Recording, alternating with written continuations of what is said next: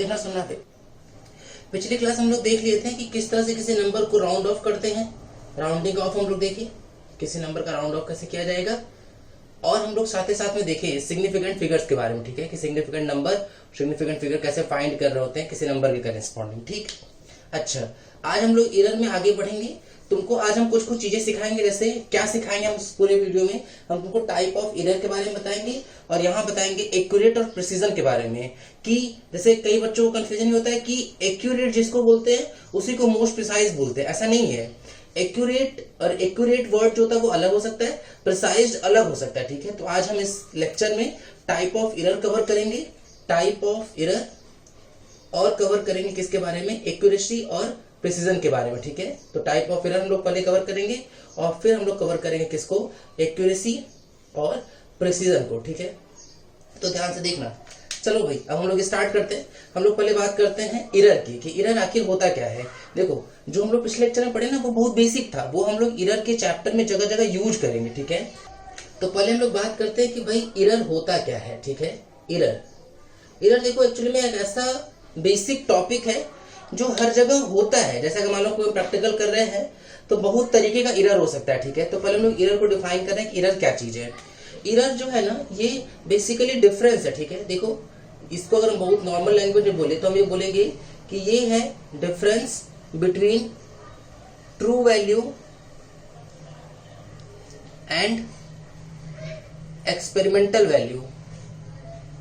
Experimental value कि true value और experimental value में जो डिफरेंस होगा ना, उसी को हम लोग एरर के फॉर्म में डिफाइन करते हैं। ठीक है, तो अगर हम बात करें एरर के फॉर्मूले की, तो एरर का फॉर्मूला होता है क्या बताओ? एरर का फॉर्मूला होता है measured value minus of true value. ठीक है, अच्छा, अब अगर हम इसके बारे में बात करें कि भाई इसके बारे में कुछ हम लोग बेसिक बेसिक चीजें बातें करें, तो ये पॉजिटिव भी हो सकता है, पॉजिटिव, नेगेटिव भी हो सकता है और जीरो भी हो सकता है। ठीक है, वो डिपेंड करेगा कि मेजर्ड वैल्यू और ट्रू वैल्यू में कितना डिफरेंस है। जैसे अगर मेजर्ड वैल्यू ज्यादा हो गया, ट्रू वैल्यू कम हो गया तो पॉजिटिव आ जाएगा। अगर मेजर्ड वैल्यू कम हो गया, ट्रू वैल्यू ज्यादा हो गया तो नेगेटिव आ जाएगा। दोनों सेम हो गया तो जीरो आ जाएगा। ठीक है, तो एरर पॉजिटिव, नेगेटिव या जीरो कुछ भी हो सकता है। अच्छा, इसका यूनिट वही होगा जिसको जो हम लोग फिजिकल क्वांटिटी लेके चल रहे हो वही। जैसे मान लो कि तुम फिजिकल क्वांटिटी लेके चल रहे हो लेंथ, तो अगर ये मीटर में तो एरर भी मीटर में ही आएगा। ठीक है, तो यूनिट डायमेंशन वही होगा जो फिजिकल क्वांटिटी का यूनिट डायमेंशन होगा। ठीक है, आता है। चलो देखो, अब यहाँ हम लोग एरर की बात कर लिए भाई। अब हम लोग बात करते हैं किसकी? टाइप ऑफ एरर की, कि भाई टाइप ऑफ एरर में अगर हम लोग बात करें कितने टाइप के एरर हो सकते हैं। ठीक है, तो देखो कुछ फंडामेंटल एरर्स हैं, उनकी बात करते हैं। जैसे टाइप ऑफ एरर जो हेडिंग के अंदर ना सब हेडिंग होगी यहाँ पे। जैसे टाइप ऑफ एरर के अगर तुमको बात बताएं तो देखो पहला टाइप होगा क्या? पहला टाइप हम लोग बोलते हैं स्टैंडर्ड एरर, या इसी को कभी कभी सिस्टमैटिक एरर भी बोला जाता है। ठीक है, सिस्टमैटिक एरर। अब इसको बहुत अच्छे से समझने के लिए ना हम लोग इसको कई सब पार्ट्स में ब्रेक कर लिए। ठीक है, तो अब देखना, अब हम लोग स्टैंडर्ड एरर, हेडिंग लिख लो, हेडिंग स्टैंडर्ड एरर या फिर सिस्टमैटिक एरर। देखना, अब स्टैंडर्ड एरर या सिस्टमैटिक एरर जो होता है ना, वो मेनली तीन टाइप का होता है। ठीक है, पहला टाइप जो है वो है इंस्ट्रूमेंटल एरर। इंस्ट्रूमेंटल एरर ये इसी के अंदर आता है। ठीक है, इंस्ट्रूमेंटल एरर। सेकंड है पर्सनल एरर, पर्सनल एरर। ठीक है, थर्ड है error due to external factors. External factors की वजह से जो एरर आएगा वो। ठीक है, ड्यू टू एक्सटर्नल फैक्टर्स। तो स्टैंडर्ड एरर या सिस्टमैटिक एरर के तीन टाइप आपस में, इंस्ट्रूमेंटल एरर, पर्सनल एरर और error due to external factor. ठीक है, तो बारी बारी एक एक की बात करते हैं। देखो सुनो, स्टार्ट कर रहे हैं हम लोग। तो सबसे पहले भाई स्टैंडर्ड एरर के अंदर आ गए हैं, तो उसमें हम लोग सबसे पहले देखते हैं किसके बारे में? इंस्ट्रूमेंटल एरर के बारे में बात करते हैं। ठीक है, तो फर्स्ट हेडिंग लिख लेंगे क्या? फर्स्ट हेडिंग है इंस्ट्रूमेंटल एरर। एग्जांपल्स चेक करते हैं। जैसे मान लो कि हमको अगर कोई बहुत स्मॉल ऑब्जेक्ट मेजर करना है, very small object, and we use a big scale, small length मान लें। देखो अगर हम बात करें कि हमको बहुत छोटा सा मान लो कोई लेंथ मेजर करना है, बहुत स्मॉल लेंथ है, और हम यूज कर रहे हैं क्या, लेट से बिग स्केल का मतलब मान लो लेट से मीटर स्केल हम यूज कर ले, ठीक है, मीटर स्केल। तो बहुत स्मॉल लेंथ था और हम लोग क्या यूज कर लिए, मीटर स्केल। जैसे कपड़ा हुआ या कुछ भी ऐसे बड़ी चीज मेजर कर लिए तब तो हम लोग मीटर स्केल से मेजर कर सकते हैं। लेकिन मान लो कोई ऐसा ऑब्जेक्ट है जिसका लेंथ मिलीमीटर्स में है, तब तो वो उस मीटर स्केल से हम लोग मेजर नहीं कर पाएंगे। और हम मेजर भी करेंगे तो 5 मिलीमीटर मेजर करना हुआ, या 6 मिलीमीटर मेजर करना हुआ, या 7 मिलीमीटर मेजर करना हुआ, या 4 मिलीमीटर मेजर करना हुआ, इन सब की रीडिंग हम लोग अप्रोक्सीमेटली सेम पाएंगे उस स्केल के करेस्पॉन्डिंग, ठीक है। तो जब हम लोग किसी बहुत छोटे लेंथ को मेजर करने के लिए बहुत बड़ा स्केल यूज कर लेते हैं, तो वहां पे हम लोग का इंस्ट्रूमेंटल एरर आ जाता है, ठीक है। तो इंस्ट्रूमेंटल एरर, अगर किसी एक्सपेरिमेंट को करने के दौरान हम लोग किसी छोटे मेजरमेंट के लिए एक बड़ा स्केल यूज कर ले तो उसमें क्या जाएगा, इंस्ट्रूमेंटल एरर आएगा, ठीक है। चल अब देखते हैं भाई सेकंड क्या है, बी हम लोग का पार्ट है कौन सा, पर्सनल एरर, ठीक है। अब देखो पर्सनल एरर की बात करते हैं। पर्सनल एरर का मतलब क्या हुआ कि कोई पर्टिकुलर पर्सन, जैसे ये पर्सन टू पर्सन वेरी करेगा।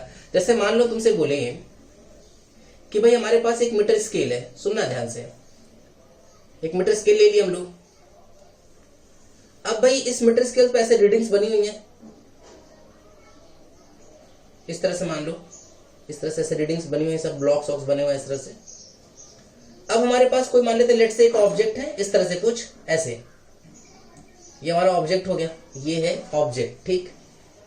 और ये जो ऊपर रखा हुआ है वो है हम लोग का स्केल, ठीक है। अच्छा अब मान लो तुमसे बोले कि चलो इसकी रीडिंग लो, तो मान लो देखो याद ये रखना, तुम्हें समझ के रखना है कि अगर देखो हम लोग स्टैंडर्ड एरर को ना मिनिमाइज कर सकते हैं हमेशा। ये ऐसा एरर है जिसको हम लोग अपना अगर सही से हम लोग एक्सपेरिमेंट को कर रहे होंगे तो उस एरर को हम बहुत मिनिमाइज कर सकते हैं। जैसे मान लो अगर पर्सनल एरर की हम बात करें तो कभी भी जब तुमको हम ये बता रहे हैं कि अगर तुम प्रैक्टिकल करने गए, अगर तुमको ऑब्जेक्ट की रीडिंग लेनी होगी तो हमेशा ऑब्जेक्ट की रीडिंग तुम्हें ख्याल रखनी है कि हमेशा टॉप से ऊपर से देख कर लेते हैं, कभी भी साइड से नहीं देखते हैं। अगर तुम साइड से देख रहे होगे तो लेंथ का वेरिएशन आने लगता है, लेंथ का वेरिएशन उस ऑब्जेक्ट में नहीं जो तो हम लोग मेजर करते हैं ना उसमें। जैसे मान लो हम बोले कि ये ऑब्जेक्ट है, ये स्केल है, तुमको मेजर करना है, तो हमेशा से ऊपर से देखेंगे। कभी भी अगर इस साइड से देखेंगे तो रीडिंग कुछ अलग आ सकती है, इधर से देखेंगे तो भी रीडिंग कुछ अलग आ सकती है। तो तुम्हें ये ख्याल रखना है कि जब हम लोग मेजरमेंट लेते हैं ना तो हमेशा टॉप से लेते हैं, ऊपर से ऐसे लेके लेते हैं, ताकि ये जो पर्सनल एरर की रीडिंग है वो कम से कम हो सके। तो ये तुम्हें क्या ख्याल रखना है, ये एरर तब आता है जब ऑब्जर्व लिखा है, ये एरर तब आएगा when observe from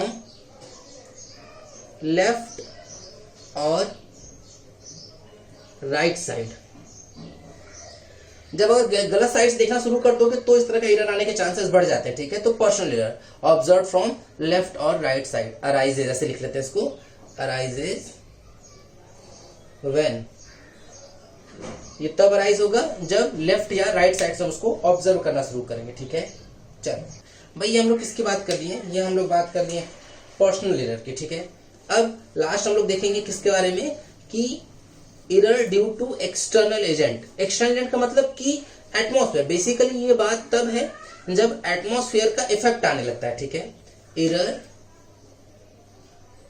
C part है ये, error due to external agent. External agent का मतलब ना बेसिकली तुम समझ के रखो कि हम लोग ज्यादातर केस में किसकी बात कर रहे होंगे, एटमॉस्फेयर के, ठीक है। एटमॉस्फेयर का मतलब कि अगर मतलब कुछ चीजें चेंज कर दे, जैसे टेम्परेचर, प्रेशर, ये सब कुछ चेंज करें तो जो रीडिंग पे इफेक्ट पड़ने लगता है, जो एरर आने लगता है, उसको हम लोग बोल देते हैं कि ये error due to external agent है। जैसे तुम अभी सोचो, जैसे अभी हम लोग बात करते हैं मीटर स्केल की ना, सुनना ध्यान से, ये तुमको आगे जाके थर्मल एक्सपेंशन नाम के चैप्टर में भी पढ़ाया जाएगा बहुत डिटेल में, हल्का फुल्का बस समझ लो इस चीज को। जैसे मीटर स्केल भाई जनरली अगर मान लो हम लोग स्केल किसका यूज किया हम लोग, ये मान लो हम लोग मेटालिक यूज किया, ठीक है, मेटल वाला यूज कर रहे हैं। अगर हम मेटल वाला मीटर स्केल यूज करें तो तुम ऐसे समझो कि अगर हम टेम्परेचर इंक्रीज कर दें तो मेटालिक चीजें एक्सपेंड हो जाती हैं, वुड का नहीं माने, क्योंकि जनरली हम लोग ये एज्यूम कर चलते हैं कि वुड का टेम्परेचर वेरिएशन से कोई इफेक्ट नहीं होता, मतलब उसके लेंथ में वेरिएशन नहीं होता है। लेकिन अगर मेटालिक चीज है तो उसमें लेंथ में वेरिएशन होगा। अगर लेंथ में वेरिएशन होगा तो कोई सेम ऑब्जेक्ट की चीज उसी स्केल द्वारा अलग अलग रीडिंग देगी अगर एटमॉस्फेयर का टेम्परेचर अलग अलग होगा, ठीक है। तो इस तरह का जो एरर आता है उसको हम लोग क्या बोल देते हैं, error due to external agent, मतलब कि वो error arises due to atmosphere. यहां तक बात समझ में आ रही है क्या? तो ये इस तरह की कायदों को क्लियर रखनी, ठीक है। तो ये हम लोग किसकी बात कर लिए, ये हम लोग बात कर लिए अभी स्टैंडर्ड एरर की, ठीक है। तो ये स्टैंडर्ड एरर हो गया, स्टैंडर्ड एरर या फिर सिस्टमेटिक एरर इसको बोलेंगे, ठीक है। अच्छा, अब आते हैं हम लोग, भाई ये हम लोग का पहला मेजर पार्ट था इसका। अब हम लोग आते हैं सेकंड क्या है, सेकंड है रैंडम एरर, ठीक है। रैंडम एरर नाम से क्लियर रखो। रैंडम एरर का मतलब कि the reason of this type of error, the reason of these type of error is completely unknown. The reason of this type of error is completely unknown. इस तरह का जो एरर होता है जिसका रीजन हम लोग को बिल्कुल पता नहीं था, ठीक है। The reason of this type of error is completely unknown, ठीक है। सो अब जिस चीज का रीजन ही पता नहीं होगा उसको हम लोग अपने एक्सपेरिमेंट में सुधार नहीं सकते हैं। So these type of error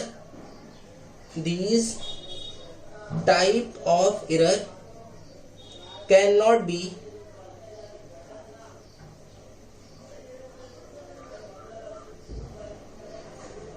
corrected, ठीक है। रैंडम एरर का मतलब तुम क्लियर रखो, the reason of this type of error is completely unknown, so this type of error can not be corrected. जो इस तरह का एरर होता है, जो इस तरह के वजह से जो एरर होगा ना, उसको हम लोग अपने एक्सपेरिमेंट से नहीं हटा सकते क्योंकि हम लोग को उसका रीजन ही पता नहीं होगा। भाई किसी चीज को सुधार तब सकते हैं उसका कारण पता हो कि किस वजह से वो हो रहा है। तो रैंडम एरर होता ही वो है जिसका कोई रीजन पता नहीं होता है, इसलिए इस तरीके के जो एरर है उसको सुधारा नहीं जा सकता, ठीक है। चल अब हम लोग अगली बात करते हैं भाई, जो हम लोग का थर्ड है वो है ग्रॉस एरर, ठीक है। ग्रॉस एरर जो होता है वो उस बच्चे पर डिपेंड करता है जो एक्सपेरिमेंट कर रहा है, ठीक है। जैसे मान लो अगर हम लोग एक्सपेरिमेंट करना शुरू करें, थर्ड की बात करते हैं, थर्ड है ग्रॉस एरर।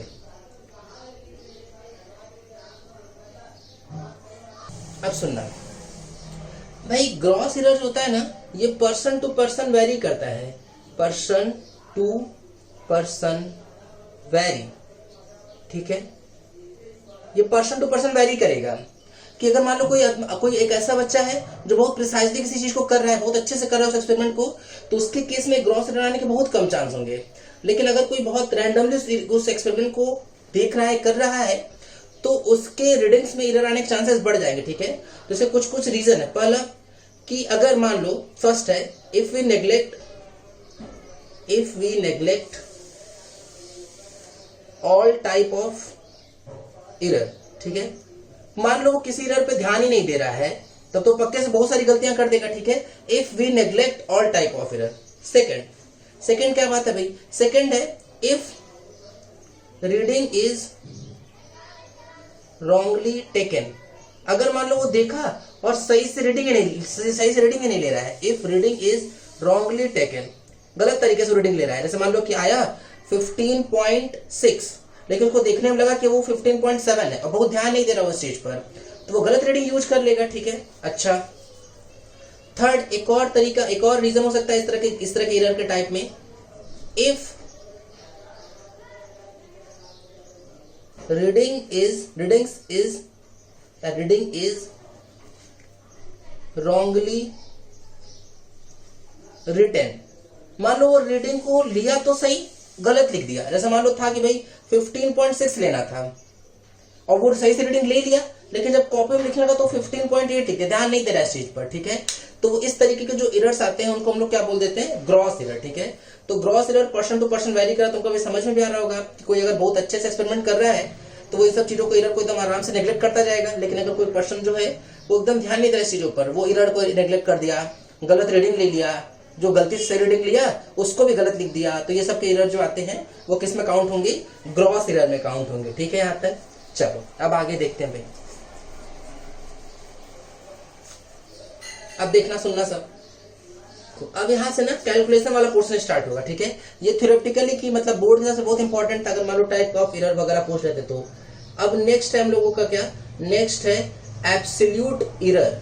अब इस पे ध्यान देना, एब्सोल्यूट एरर क्या होता है भाई। जैसे ये भी हम लोग एक्चुअली में पढ़ा के आ रहे हैं कि जो एरर का फॉर्मूला है ना, उसी को हम लोग क्या बोल दे रहे हैं, एब्सोल्यूट एरर बोल रहे हैं। एब्सोल्यूट एरर क्या था भाई, ये था measured value minus true value, ठीक है।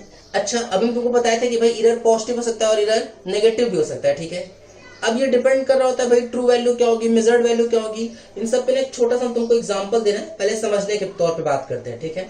सुनना ध्यान से। जैसे हम तुमसे बोले कि भाई हम लोग कोई एक्सपेरिमेंट परफॉर्म किए और हमको कई सारी रीडिंग्स मिल गई।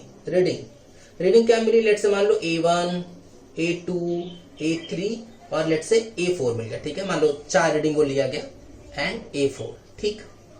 अब पता चलेगा, अब कैसे पता चलेगा कि भाई ट्रू वैल्यू कौन सी इसमें से, तो या तो ट्रू वैल्यू क्वेश्चन में गिवन हो, और अगर ट्रू वैल्यू नहीं गिवन है, if true value is unknown, अगर ट्रू वैल्यू नहीं पता है, देन ये ख्याल रखना कि ट्रू वैल्यू अगर दिया तब वही यूज करेंगे, लेकिन अगर नहीं दिया होगा तब क्या यूज करना। If true value is unknown then average निकाल लो, उस रीडिंग का एवरेज निकाल लो और वही क्या बन जाएगा, ट्रू वैल्यू।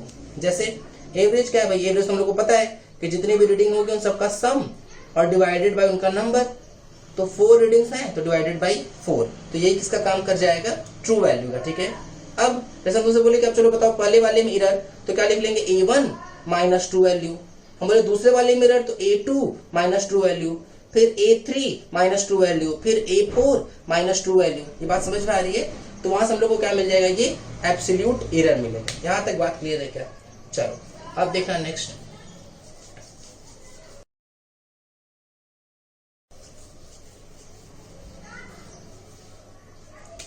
फिफ्थ है क्या भाई, फिफ्थ है हम लोगों का फ्रैक्शनल एरर। फ्रैक्शनल एरर, अब इस पर ध्यान देते हैं। अगर हम बोले कि भाई फ्रैक्शनल एरर दिखा है तुम लोग को, फ्रैक्शनल एरर, अब इस पे कोशिश करते हैं। एक्चुअली में क्या है ना कि ये जो ऊपर हम लोग लिखे थे ना, ऊपर एरर क्या लिखे थे हम लोग, ऊपर लिखे थे हम लोग absolute error, absolute error upon true value, ठीक है। ट्रू वैल्यू या फिर मीन वैल्यू, तो उसी को हम लोग क्या बोल देंगे, ये हम लोग का बन जाएगा क्या, फ्रैक्शनल एरर बनेगा, ठीक है। अच्छा, सिक्स्थ, अभी हम फॉर्मूला बस लिखते जा रहे हैं फटाफट। सिक्स्थ है हम लोगों का क्या, सिक्स्थ है percentage error. Percentage error, percentage error क्या हो जाएगा, बोले एकदम नाम से क्लियर रखो कि अगर हम लोग को कभी भी परसेंटेज एरर निकालना होगा तो हम लोग फ्रैक्शनल एरर में 100 से मल्टीप्लाई कर लेंगे, पीछे परसेंटेज लगा देंगे, वही क्या बन जाएगा हम लोग का परसेंटेज एरर। यहां तक बात क्लियर है क्या। अब एक छोटा सा एग्जांपल देंगे तो जो 4th, 5th और 6th समझाए ना, वो एकदम ढंग से क्लियर हो जाएगा, ठीक है। यहां तक नोट कर लो अच्छे से।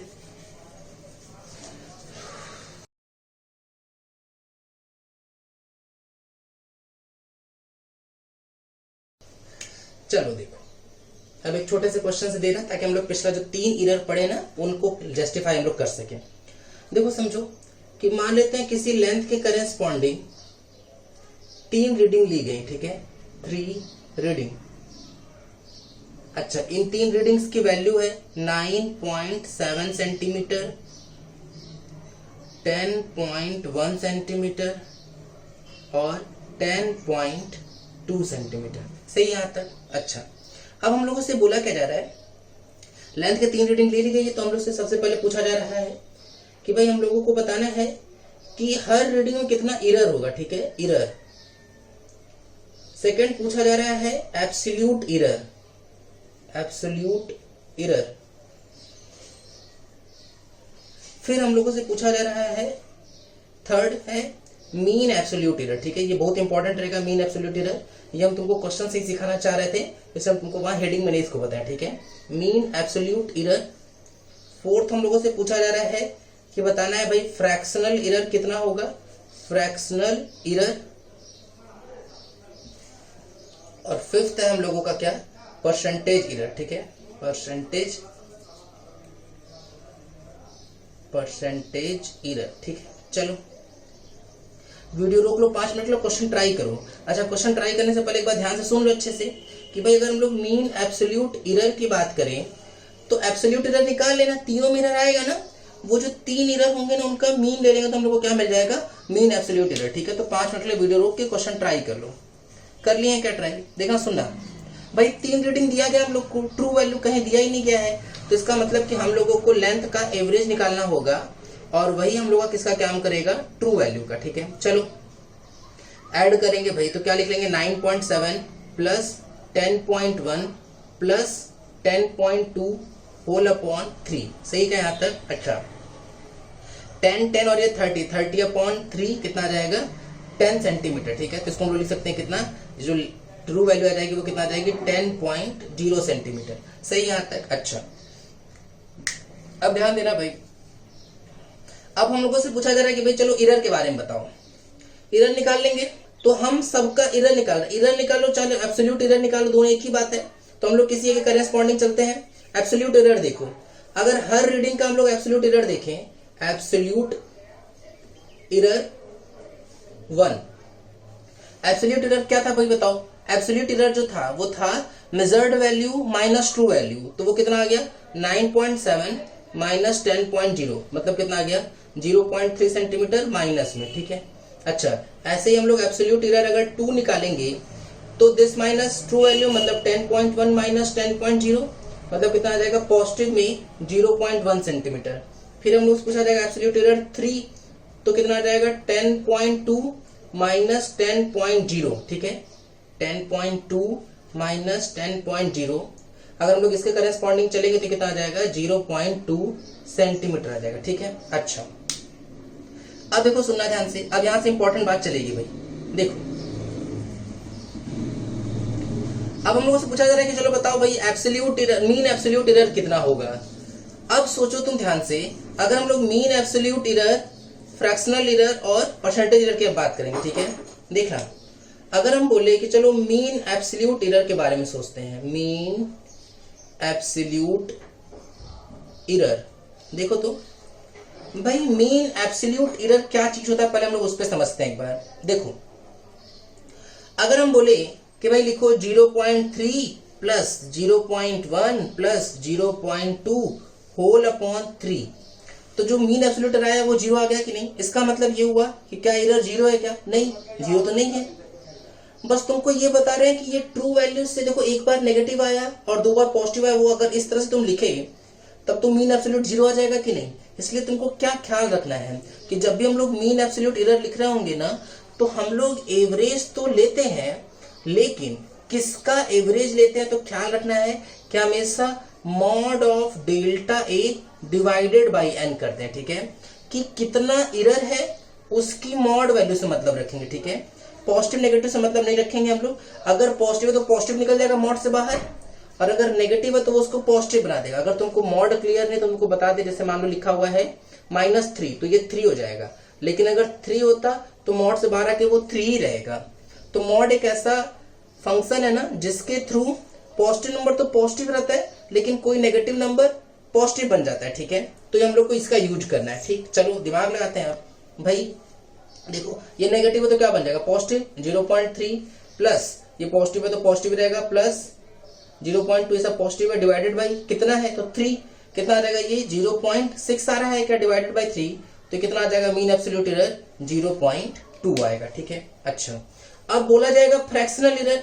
तो भाई फ्रैक्शनल एरर जो होता है, देखना सुनना, फ्रैक्शनल एरर तो ऊपर हम लोग क्या लिखे, तो ऊपर हम लोग को एब्सोल्यूट एरर लिखना था, फ्रैक्शनल एरर, तो अब उसके करेस्पॉन्डिंग तो 3 आने चाहिए थे क्या? नहीं, तो यहाँ पे हम लोग अगर एक फ्रैक्शनल एरर कभी भी पूछा जाएगा तो इसका मतलब कि वो मीन एब्सोल्यूट एरर से रिलेटेड है। तो ऊपर क्या लिखते हैं हम लोग, ऊपर लिखते हैं mean absolute error divided by true value. तो मीन एब्सोल्यूट एरर कितना आया है, मीन एब्सोल्यूट एरर आ गया है 0.2 डिवाइडेड बाई कितना है 10.0, तो डिवाइड कर देंगे इसको तो कितना आ जाएगा 0.02 आ रहा है क्या, तो इस तरीके से आ जाएगा। क्लियर हो रही है बात? तो ऐसे है, नोट कर लो इसको अच्छे से। अब सुनना, अब हम लोग का लास्ट क्या बचा है, लास्ट हम लोगों का बचा है परसेंटेज एरर। सुनो, अब अगर हम लोग निकालें परसेंटेज एरर क्या था, बोले जो फ्रैक्शनल एरर है उसी में 100 से मल्टीप्लाई करके परसेंटेज, तो कितना आ जाएगा, ये 2% आएगा। यहां तक बात क्लियर हो रही है क्या, इसको नोट कर लो अच्छे से, ठीक है। चलो देखना सही आता है। अब देखो, अब एकदम हम सिमिलर तरीके का एक एग्जांपल दे रहे हैं, खुद से ट्राई करना, जहां अटकना ना तुरंत पिछला क्वेश्चन देखना। अब ये कोशिश करना कि सबका बन जाए, क्योंकि इस तरह के ही क्वेश्चन कई बार एरर में पूछे जाते हैं, ठीक है। देखो सुनो ध्यान से, भाई क्वेश्चन दे रहे हैं, मान लो कि हम लोग अगेन वही सिमिलर तरीके का है कि अगर हम लोग मान लो किसी रूम का टेम्परेचर मेजर कर रहे हैं, if temperature of room is, ठीक है। 4 बच्चे थे, वो 4 बच्चे अलग अलग अपनी रीडिंग दिए कि भाई ये रूम का टेम्परेचर इस तरीके से है 30.0 डिग्री सेल्सियस, 31.2 डिग्री सेल्सियस, ठीक है, 29.1 डिग्री सेल्सियस, और एक और दिया गया है 30.5 डिग्री सेल्सियस। सही यहाँ तक, तो ये इस तरीके के 4 रीडिंग ली गई, ठीक है। तो हम लोगों से पूछा जा रहा है सबसे पहले कि बताना है कि भाई एब्सोल्यूट एरर कितना होगा। सेकंड है mean absolute error,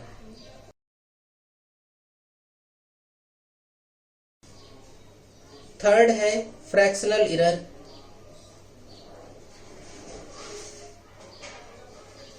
and fourth पूछ रहे हैं परसेंटेज एरर। परसेंटेज, ओहो स्पेलिंग गड़बड़, परसेंटेज एरर, ठीक है। वीडियो रोक लो 5 मिनट के लिए और क्वेश्चन ट्राई करो, तो कोशिश करना है सबका बन जाएगी। कर लिए क्या ट्राई, देखा ध्यान से, फिर से वही तरीके चालू करेंगे। भाई यहाँ पे तो कुछ दिया ही नहीं गया ट्रू वैल्यू करेस्पॉन्डिंग, तो पहले हम लोग को ट्रू वैल्यू फाइंड करना पड़ेगा। ट्रू वैल्यू कैसे निकालते, पहले सबका सम कर दो, क्या हो जाएगा 30.0 plus 31.2 plus 29.1 plus 30.5 whole upon, कितने नंबर है 5 और 4, तो 4 डिवाइड कर देंगे यहाँ पे, ठीक है। अच्छा अब देखो,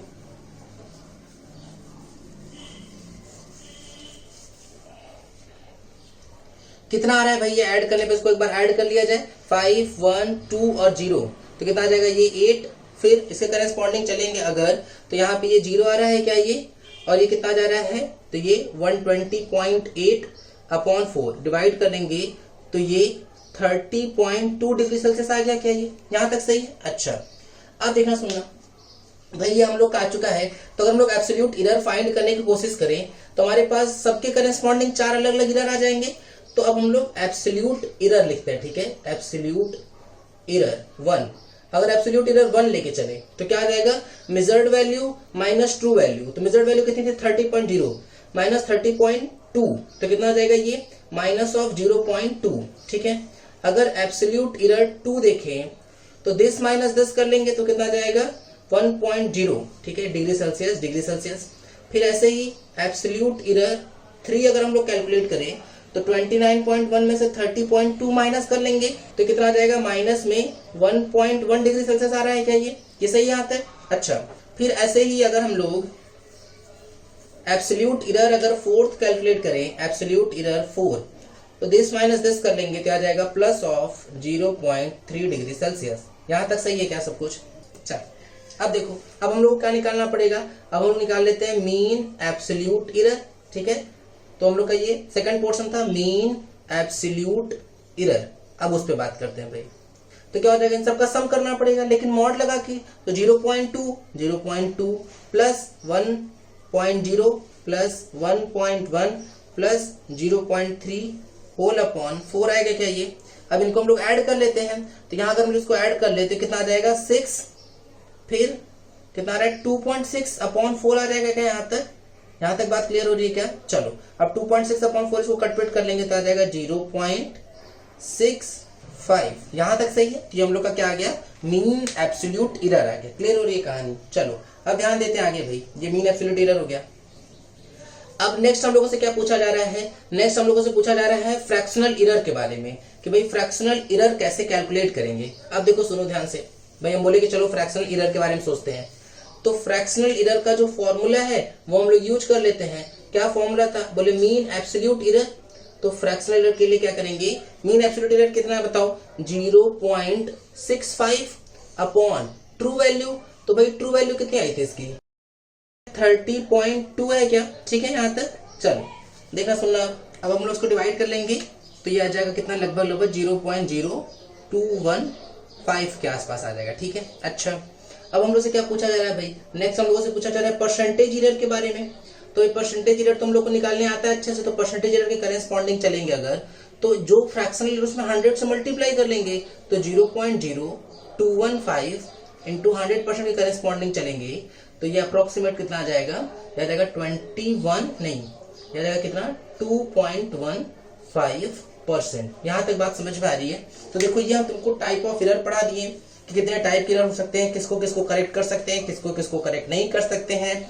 अगर कोई क्वेश्चन आ जाएगा तो कैसे कैलकुलेट करेंगे, ट्रू वैल्यू कैसे फाइंड करेंगे, एब्सोल्यूट एरर क्या होता है, पॉजिटिव ही क्यों लेके चल रहे हैं, फ्रैक्शन कैसे फाइंड करते हैं, परसेंटेज एरर कैसे फाइंड करते हैं, यहाँ तक की बात हम लोग की हो चुकी है, ठीक है। अच्छा अब हम लोग देखो दो चीजों पर आ रहे हैं, ये बहुत इंपॉर्टेंट, तुमको शुरू में बताया था वीडियो में कि ऐसे बहुत सारे बच्चों को कंफ्यूजन होता है। देखो दो चीजें हैं, ठीक है, एक है क्या एक्यूरेट, ठीक है, और एक होता है प्रिसीजन, ठीक है। एक होता है एक्यूरेसी या एक्यूरेट लेटर या एक्यूरेट वर्ड या एक्यूरेट नंबर, और एक होता है प्रिसाइज नंबर, ठीक है। तो अगर हम लोग एक्यूरेट और प्रिसीजन के बारे में बात करें, एक्यूरेट और प्रिसीजन, ठीक है, या एक्यूरेसी एंड प्रिसीजन के बारे में बात करें, तो देखना जैसे मैक्सिमम बच्चों को क्या लगता है ना कि एक्यूरेट और प्रिसीजन एक ही चीज है, ऐसा नहीं है। एक्यूरेट और प्रिसीजन अलग चीज होती है। जैसे हम तुमसे बोले कि भाई किसी वैल्यू की जो किसी रीडिंग में कोई लेंथ तुम मेजर कर रहे हो, उसे मान लो, तो उसमें मेजर किया कि भाई जो ट्रू वैल्यू है वो है 10.0 मीटर, ठीक है, 10.0 मीटर है, बोले सर ठीक है। अब उसी चीज को मेजर करने के लिए हम कई बच्चों में बांट दिया उस चीज को कि चलो बच्चों इसकी रीडिंग लो और पता लगाओ क्या क्या है। तो कोई बच्चा उसको मेजर करना शुरू किया, एक बच्चा मेजर किया उसको कि भाई वो है जो 10.5 मीटर है। कोई एक और बच्चा जो है वो रीडिंग मेजर किया कि सर ये तो जो है 9.7 मीटर है। कोई एक बच्चा जो है इसको मेजर किया कि सर ये 10.1 मीटर है।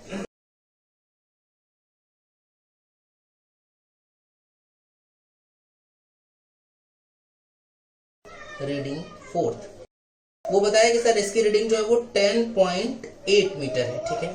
कोई एक और बच्चा जो है वो बताया कि सर इसकी जो रीडिंग है, रीडिंग फिफ्थ, वो है 10.250 मीटर, ऐसे, ठीक है। अब देखो एक्यूरेट का मतलब क्या होता है, एक्यूरेट का मतलब होता है ना कि वो नंबर या वो रीडिंग जो ट्रू वैल्यू के बहुत पास होगी। जैसे देखो ट्रू वैल्यू कितनी है 10.0 मीटर, तो ट्रू वैल्यू के सबसे ज्यादा पास कौन सा है 10.1 है कि नहीं। इन देखो इन पांचों रीडिंग में सबसे ज्यादा पास यही है, तो हम लोग बोलेंगे कि ये जो है ना मोस्ट एक्यूरेट है, ये इन पांचों रीडिंग में सबसे ज्यादा एक्यूरेट है, मोस्ट एक्यूरेट, ठीक है। अच्छा तो प्रिसीजन का मतलब क्या होता है, प्रिसीजन इसमें मोस्ट प्रिसाइज कौन सी रीडिंग है, तो मोस्ट प्रिसाइज है रीडिंग नंबर 5। क्यों, क्योंकि तुम देखो इसमें कि मीटर का 1000 पार्ट्स तक कैलकुलेशन किए हुए हैं कि अगर 1 मीटर को हम 1000 पार्ट में बांट दें तो भी यहाँ तक रीडिंग ली गई है। वो बात अलग है कि ये एक्यूरेट नहीं है लेकिन बहुत प्रिसाइज रीडिंग है ये, ठीक है। तो इसका मतलब क्या हो, तुम अगर ध्यान से देख पा रहे हो तो इसमें नंबर ऑफ पॉइंट के बाद नंबर ऑफ जीरोस बड़े हैं, इसको हम लोग ना लिस्ट काउंट बोलते हैं, ठीक है। लिस्ट काउंट तुमको आगे पढ़ाया जाएगा जब हम तुमको इंस्ट्रूमेंट पढ़ा रहे होंगे। फिलहाल बस समझ लो अगर पॉइंट के बाद जीरोस बहुत ज्यादा है इसका मतलब लिस्ट काउंट बहुत छोटा है। लिस्ट काउंट बहुत छोटा का मतलब कि वो छोटे से छोटे रीडिंग तक बहुत प्रिसाइजली मेजर की जा रही है, ठीक है। तो अगर हम बहुत सही से लिखें इस चीज को तो देखो ऐसे लिख सकते हैं, अगर हम प्रिसीजन को डिफाइन करने की कोशिश करें तो लिखेंगे कि the smaller least count the more precise reading will be, ठीक है। कि जितना ज्यादा छोटा लिस्ट काउंट होगा ना रीडिंग उतनी ही ज्यादा प्रिसाइज होगी। तो ये बात समझ में आ रही है कि एक्यूरेट उसको बोलते हैं जो ट्रू वैल्यू के बहुत पास होता है, प्रिसाइज उसको बोलते हैं जिसका लिस्ट काउंट बहुत छोटा होता है। क्योंकि देखो ये मीटर का अगर हम 1000 पार्ट कर दे, 1 मीटर को 1000 पार्ट में ब्रेक कर देना तो भी ये यहाँ पे कैलकुलेट कर सकते हो। बहुत प्रिसाइज रीडिंग किया गया इसका, बहुत प्रिसाइजली रीडिंग है ये, लेकिन ये एक्यूरेट नहीं है, ठीक है। तो ये डिफरेंस होता है किसमें, एक्यूरेट और प्रिसीजन में, ठीक है। अच्छा कि सर यहाँ तो समझ में आ गया। अब अगर मान लो किसी क्वेश्चन के करेस्पॉन्डिंग हम लोग बात करें तो कैसे पता लगाएंगे वो समझना। देखो सुनो, तो देखो अगर बहुत बेसिक सी बात है तो भाई जो जितना ज्यादा एक्यूरेट होगा वो जल्दी जनरली क्या होता है, वही प्रिसाइज होता है, ठीक है। मतलब प्रिसाइज नंबर या प्रिसाइज रीडिंग जनरली वही एक्यूरेट रीडिंग होती है, ठीक है। ये बात समझ में आ रही है, तुम्हें ये ख्याल रखना है, ठीक। लेकिन दोनों अलग अलग हो सकते हैं, कुछ कुछ एग्जांपल्स में तुम्हें यहाँ समझा दिए। अच्छा अगर मान तुमसे क्वेश्चन पूछा गया विच इज मोर प्रिसाइज, तो एक्चुअली मैंने ये बहुत आसान सा क्वेश्चन बढ़ेगा। क्यों? क्योंकि अभी तुमको लिस्ट काउंट वाली बात सिखा दी है, ठीक है। तो लिस्ट काउंट वाली बात अगर तुम याद रखोगे तुमको डायरेक्ट मिल जाएगा ये। जैसे मान तुमसे बोले कि हमारे पास एक रीडिंग है 30.25 सेंटीमीटर, ठीक है, और एक और रीडिंग है 10.1 kg। 1 मिनट की वीडियो रोको और क्वेश्चन सोच लो। सोच लिया है क्या? देखो सुनो भाई, अगर तुमसे क्या पूछा कि कौन सा ज्यादा प्रिसाइज है, तो भाई अगर प्रिसाइज की हम बात करें तो एकदम क्लियर है, जिसका लिस्ट काउंट जितना ज्यादा छोटा होगा वही प्रिसाइज होगा। तो यहाँ एकदम क्लियर है कि भाई ये मोर प्रिसाइज है जबकि ये लेस प्रिसाइज है। बात समझ में आ रही है? अच्छा अब हम तुमसे बोले कि मान लो तुमको पता लगाना है कि कौन सा है जो ज्यादा एक्यूरेट है, ये कौन सा एक्यूरेट है। अब यहाँ तो एक ही रीडिंग ही है जिसमें से ये तो सेंटीमीटर में है, मतलब ये लेंथ का यूनिट है, और ये मास का यूनिट क्योंकि ये केजी में है। तब कैसे कंपेयर करें? तो देखो ऐसे में ना, इन सच टाइप ऑफ क्वेश्चन याद रखना तुमको, ये नोट पॉइंट रहेगा कि इस तरह के क्वेश्चन में, in such type of question always compare fractional error. हमेशा ना फ्रैक्शनल इरर को कंपेयर करते हैं। Always compare fractional error. The more accurate number has less fractional error. सही बात है कि जो नंबर एक्यूरेट होगा उसमें फ्रैक्शनल इरर तो कम आना चाहिए। अच्छा एक और फायदा होगा फ्रैक्शनल इरर से, तुम ऐसे सोचो, फ्रैक्शनल इरर में हम लोग क्या लेते हैं, हम लोग मीन एब्सोल्यूट इरर का ट्रू वैल्यू के साथ या मीन वैल्यू के साथ रेशियो लेते हैं कि नहीं। अच्छा तुम ये बताओ, अगर किसी चीज का हम चेंज लिए ऊपर, जैसे मान लो हम बोल रहे हैं कि सेंटीमीटर है, तो ऊपर सेंटीमीटर में से सेंटीमीटर घटाओगे तो यूनिट सेंटीमीटर बचेगा कि नहीं, और मीन वैल्यू या ट्रू वैल्यू में भी सेंटीमीटर होगा कि नहीं, सेंटीमीटर कट जाएगा। तो जो यूनिट का टेंशन था ना वो भी गायब हो जाएगा फ्रैक्शनल इरर से, ठीक है। तो हम क्या लिखे उसको फिर से समझ लो एक बार, कि इस तरह के क्वेश्चन में, in such type of question always compare fractional error. हमेशा दोनों का फ्रैक्शनल निकाल लो, उसको कंपेयर कर लो। The more accurate number has less fractional error, ठीक है, उसके पास कम फ्रैक्शनल इरर होगा, ठीक है। अच्छा अब बात यह आती है कि सर यहाँ तो ट्रू वैल्यू भी नहीं दिया हुआ है, और जब ट्रू वैल्यू भी नहीं दिया हुआ है और कई सारी रीडिंग भी नहीं, यहाँ तो सिर्फ एक एक रीडिंग है, तब हम लोग कैसे निकालेंगे। तो इस टाइप के क्वेश्चन में ना, फॉर सच, इस तरीके के लिए फॉर सच फ्रैक्शनल इरर का थोड़ा अलग फॉर्मूला है। For such fractional error equals to least count upon, जो लीस्ट काउंट था ना, लीस्ट काउंट अपॉन जो रीडिंग हम लोग लिखे हैं वो कर लेते हैं हमेशा, ठीक है, डायरेक्ट हो जाएगा। अच्छा अब बोलेंगे सर अभी तो लिस्ट काउंट आप पढ़ाई नहीं है, फिर लिस्ट काउंट कैसे फाइंड कर लेंगे।